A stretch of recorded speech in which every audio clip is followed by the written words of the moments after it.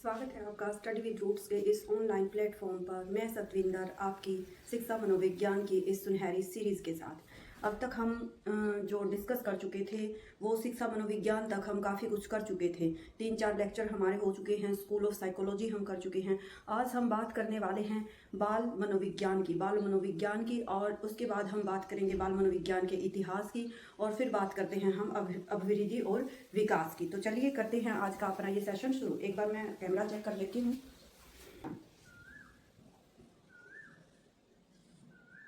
बाल मनोविज्ञान, बाल मनोविज्ञान जो हमारा शब्द है, ओके दिख रहा है। बाल मनोविज्ञान जो हमारा शब्द है ये एजुकेशनल साइकोलॉजी के बाद आया। जब एडवर्ड ली थॉर्नडाइक ने 1920 में एजुकेशनल साइकोलॉजी पुस्तक दी तो उस पुस्तक के अंदर उन्होंने जो कुछ भी जो एजुकेशन के बारे में बताया था उससे शो हो रहा था कि वो जो है अध्ययन करना चाह रहे हैं वो गर्भावस्था से बाल्यावस्था के तक ही करना चाह रहे हैं। गर्भावस्था से बाल्यावस्था। जो बाल मनोविज्ञान है वो हमें क्या बताता है कि जो एजुकेशन के अंदर अध्ययन है वो गर्भावस्था से बाल्यावस्था तक ही होना चाहिए। लेकिन बाद में क्या होता है, यही बाल मनोविज्ञान बाल विकास के अंदर चेंज हो जाता है। बाल विकास क्या होता है कि 1920 में जब डिस्कशन चलता है कि बालकों का गर्भावस्था से बाल्यावस्था तक अध्ययन होना चाहिए, तभी जीन पियाजे जी देखते हैं कि ये जो बच्चे होते हैं उनका यदि हम अध्ययन कर रहे हैं तो वो गर्भावस्था से बाल्यावस्था तक नहीं, बाल्यावस्था के बाद भी बच्चे के अंदर शारीरिक और मानसिक परिवर्तन होते रहते हैं। बाल्यावस्था के बाद भी बच्चे के अंदर बहुत सारी उथल मस्ती रहती है। तो इन सभी उथल पुथल को ध्यान में रखते हुए जो हमारे मनोवैज्ञानिक थे जीन पियाजे जी, उन्होंने बाल विकास शब्द का प्रयोग किया और उस बाल विकास शब्द में वो क्या करते हैं कि गर्भावस्था से किशोरावस्था तक अध्ययन करते हैं। गर्भावस्था से किशोरावस्था तक। देखिए ये जो हम टॉपिक कर रहे हैं ये टीचिंग एग्जाम के लिए है। इतना ज़्यादा डीप हमारे जो टेट एग्जाम है उनमें नहीं पूछा जाता है। जो हम टीचिंग की स्क्रीनिंग देने के लिए जाते हैं तब इतने डेप्थ में हमें पढ़ाई की जरूरत होती है। जो टेट वाले बच्चे हैं वो इस टॉपिक को छोड़ भी सकते हैं। उसके जो पहले शब्द आया था हुआ था हमारा बाल मनोविज्ञान। बाल मनोविज्ञान जो शब्द था उसके अंदर हम गर्भावस्था से बाल्यावस्था तक अध्ययन करते थे। बाल मनोविज्ञान एक हमारी टर्म हो गई। ये बहुत कंफ्यूजिंग टर्म नहीं है, इजी है, आपको कंफ्यूज नहीं होना है। बाल मनोविज्ञान था, उसके बाद हमने बाल विकास टर्म की। बाल मनोविज्ञान के अंदर हम गर्भावस्था से बाल्यावस्था तक की बात करते हैं और बाल विकास के अंदर हम गर्भावस्था से किशोरावस्था की बात करते हैं। फिर आती है एक टर्म विकासात्मक मनोविज्ञान। विकासात्मक मनोविज्ञान। जो विकासात्मक मनोविज्ञान है वो एक कंप्लीट टर्म है। इवन हम ये कहें कि जो मनोविज्ञान है उसका एक फील्ड है विकासात्मक मनोविज्ञान, जिसके अंदर हम कंप्लीट जो गर्भावस्था से जीवन पर्यंत चलने वाले विकास की हम बात करते हैं। तो विकासात्मक मनोविज्ञान, बाल विकास और बाल मनोविज्ञान में आपको कंफ्यूज नहीं होना है। ये तीनों ही टर्म अलग अलग हैं। ये एक गर्भावस्था से जीवन पर्यंत चलने वाली टर्म है, गर्भावस्था से जीवन पर्यंत चलने वाली टर्म है, और ये बाल्यावस्था तक चलने वाली टर्म है और ये किशोरावस्था तक चलने वाली टर्म है। ये बात थी हमारी बाल मनोविज्ञान के बारे में। फिर आगे बात करते हैं हम बाल मनोविज्ञान के इतिहास के बारे में।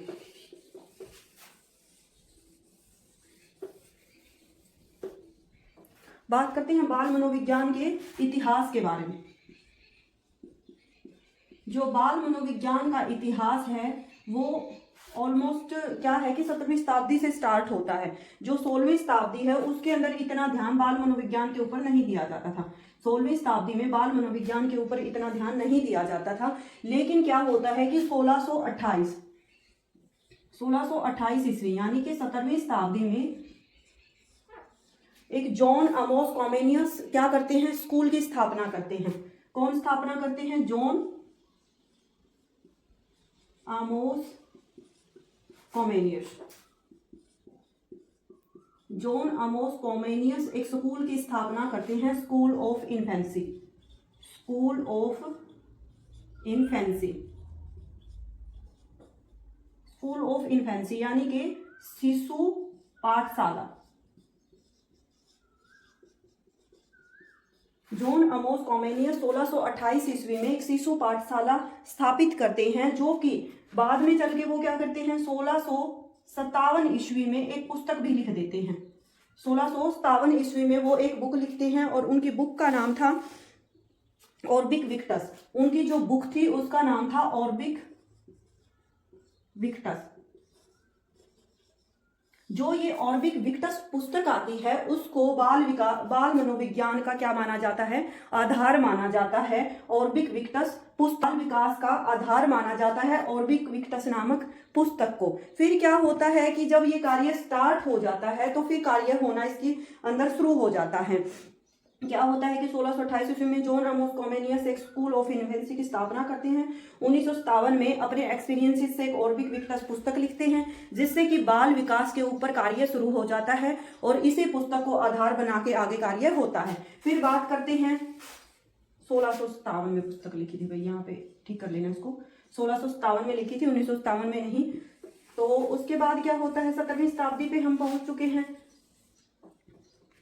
फिर 18वीं शताब्दी में, 18वीं शताब्दी में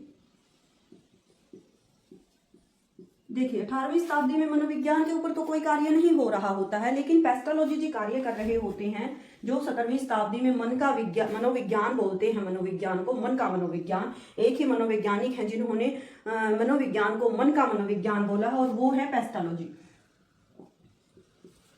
पेस्टोलॉजी, पेस्टोलॉजी जी क्या बोलते हैं कि जो मनोविज्ञान है वो मन का विज्ञान है। और बाल विकास के अंदर पेस्टोलॉजी जी क्या करते हैं कि अपने 3.5 साल के बच्चे के ऊपर एक बेबी बायोग्राफी लिखते हैं, बेबी बायोग्राफी, एक बेबी बायोग्राफी लिखते हैं अपने 3.5 वर्ष के पुत्र के ऊपर पेस्टोलॉजी जी। और साथ में ही क्या करते हैं, ये जो बाल विकास है इसका वैज्ञानिक विवरण देते हैं, क्योंकि उन्होंने यहाँ पे किया है प्रूफ, मतलब कि रिटर्न लेके आए हैं वो पेस्टोलॉजी जी 18वीं शताब्दी में।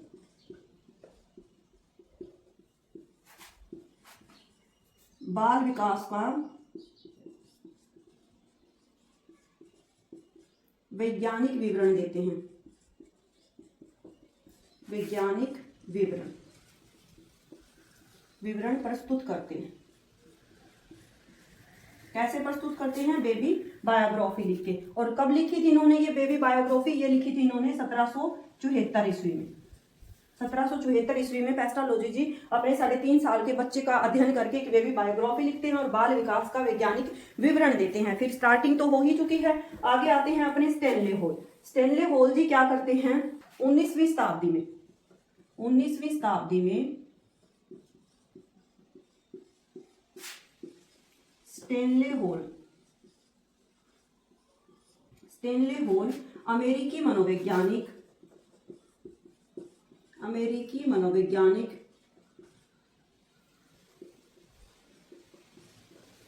स्टैनले हॉल क्या करते हैं, एक आंदोलन लेके आते हैं बच्चों के लिए अमेरिका में कि बच्चों का भी सुधार होना चाहिए, बालकों का भी स्टडी का अध्ययन होना चाहिए। और इस जो ये आंदोलन था स्टैनले हॉल का, ये आता है 1893 ईस्वी में। 1893 ईस्वी में स्टैनले हॉल एक आंदोलन लेके आते हैं अमेरिका में और इसके प्रणेता बनते हैं आंदोलन के। Child study society, child study society और चाइल्ड वेलफेयर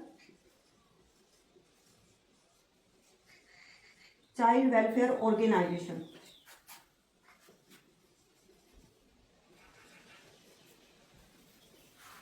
स्टैनले हॉल हैं, उन्होंने अमेरिका में आंदोलन किया बाल विकास के लिए और साथ में ही क्या किया, 2 ये सोसाइटियां तैयार की, चाइल्ड स्टडी और सोसाइटी और एक ये ऑर्गेनाइजेशन संस्था स्थापित की। साथ में ही क्या हो रहा था 19वीं शताब्दी में ही जो 1893 है इसके अंदर तो स्टैनले हॉल ये कार्य कर रहे थे। साथ में ही अमेरिका के ही न्यूयॉर्क शहर में 19वीं शताब्दी में ही अमेरिका में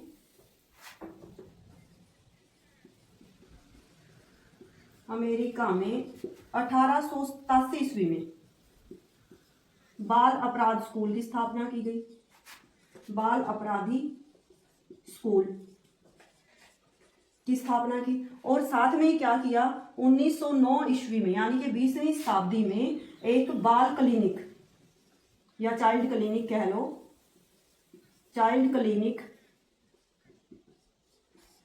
की स्थापना की गई। आजकल जो ये चाइल्ड क्लिनिक है ये अभी भी चलता है, जहां पर क्या है कि जो बच्चे हैं उनके विकास के ऊपर या उनके जो डायग्नोसिंग सिस्टम है उसके ऊपर कार्य किया जाता है। और आजकल इसका नाम बदलकर कैरियर डे रख दिया गया है। तो ये था हमारा बाल विकास के इतिहास के बारे में। अब बात आती है कि क्या भारत में कुछ भी नहीं हुआ।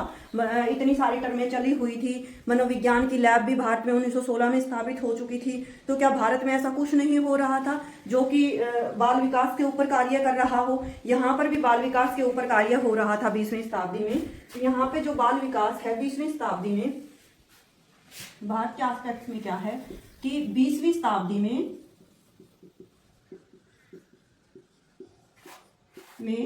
ताराबाई और गिजुबाई भेद का, ताराबाई और गिजुबाई भेद का भारत में भी बाल विकास के ऊपर 1930 के अंदर जब जीन पियाजे कार्य कर रहे थे उसी वक्त ताराबाई और गिजुबाई भी इसके ऊपर कार्य कर रहे थे भारत में। तो ये था बाल विकास के इतिहास के बारे में। आज हमने क्या पढ़ा, बाल विकास पढ़ा, फिर बाल विकास का इतिहास देखा कि कैसे 16वीं शताब्दी में एक पुस्तक स्कूल खुला, फिर ऑर्बिक विक्टस पुस्तक आई और फिर उसके बाद स्टेनले हॉल ने कार्यक्रम चलाए। स्टेनले हॉल के बाद फिर वहां पर बाल अपराधी स्कूल खुला अमेरिका में। 1909 ईस्वी में चाइल्ड क्लिनिक खुला और 20वीं शताब्दी में भारत में भी ताराबाई और गिजुबाई ने वेदिका ने बाल विकास के ऊपर कार्य किया। अब बात करते हैं अभिवृद्धि और विकास की। अब बात बच्चों के ऊपर आ चुकी थी हमारी। अब आगे क्या होता है कि इनके विकास कार्य क्या किया हमने, अभिवृद्धि और विकास, अभिवृद्धि और विकास यानी कि ग्रोथ एंड डेवलपमेंट।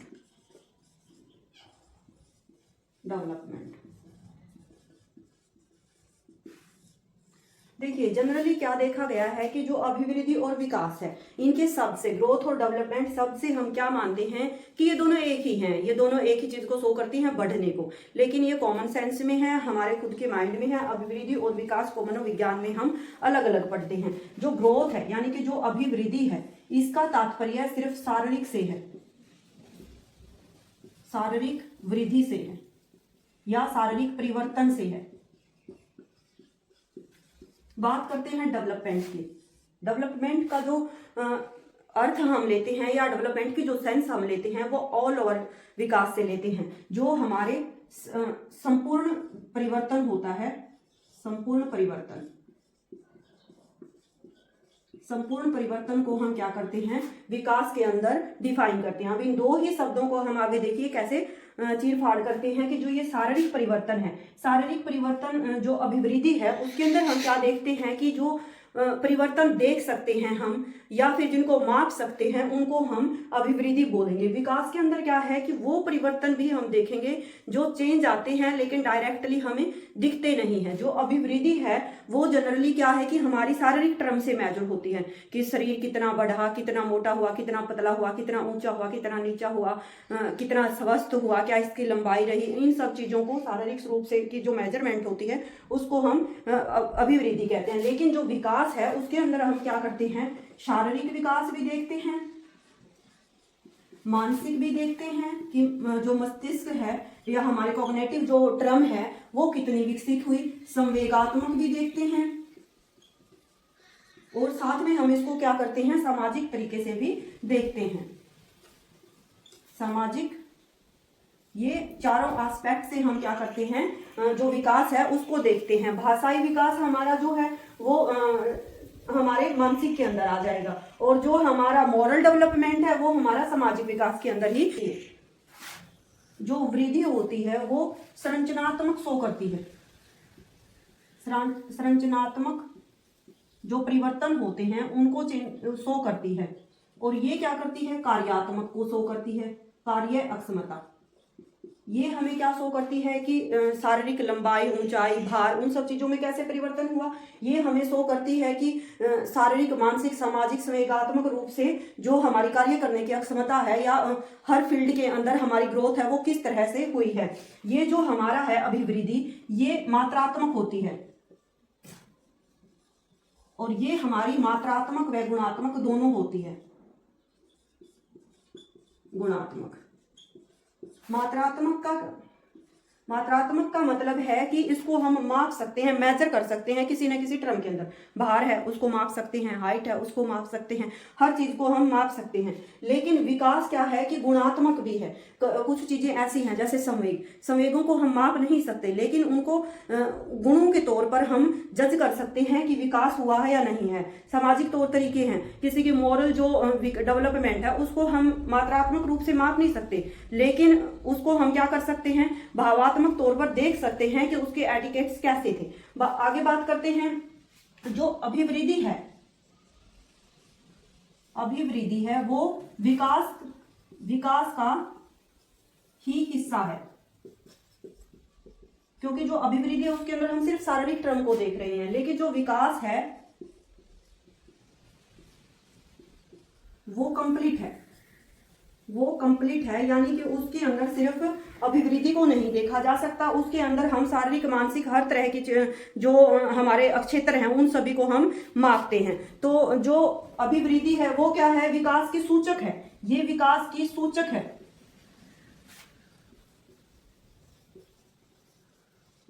जो अभिवृद्धि है वो विकास की क्या है, सूचक है, यानी कि सूचना देती है कि विकास का सूचक भी है। लाइक हम देखते हैं कि जो वृद्धि है, हम जनरली क्या करते हैं, जो वृद्धि है उसको हम क्या करते हैं, गर्भावस्था से किशोरावस्था या प्रौढ़ावस्था तक मापते हैं। ये जीवन पर्यंत चलती है।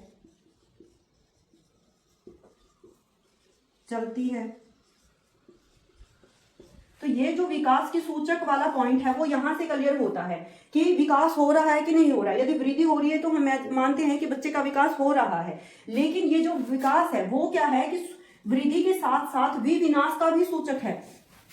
वृद्धि के साथ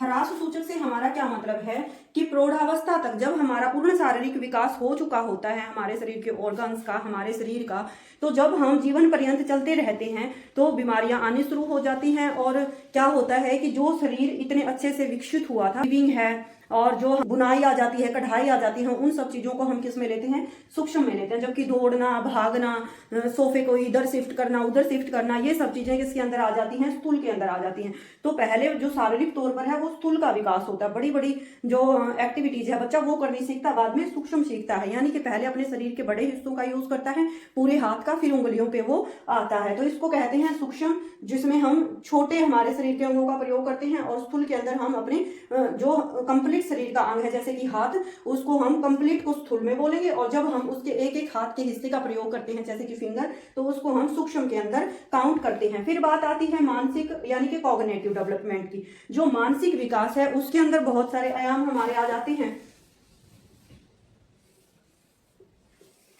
जो मानसिक विकास है, मानसिक विकास के अंदर क्या है कि जितने भी हमारी लॉजिकल टर्म होंगी, लॉजिकल टर्म है, या फिर हमारी थिंकिंग की टर्म है, या फिर हमारी प्रॉब्लम सॉल्विंग की टर्म है,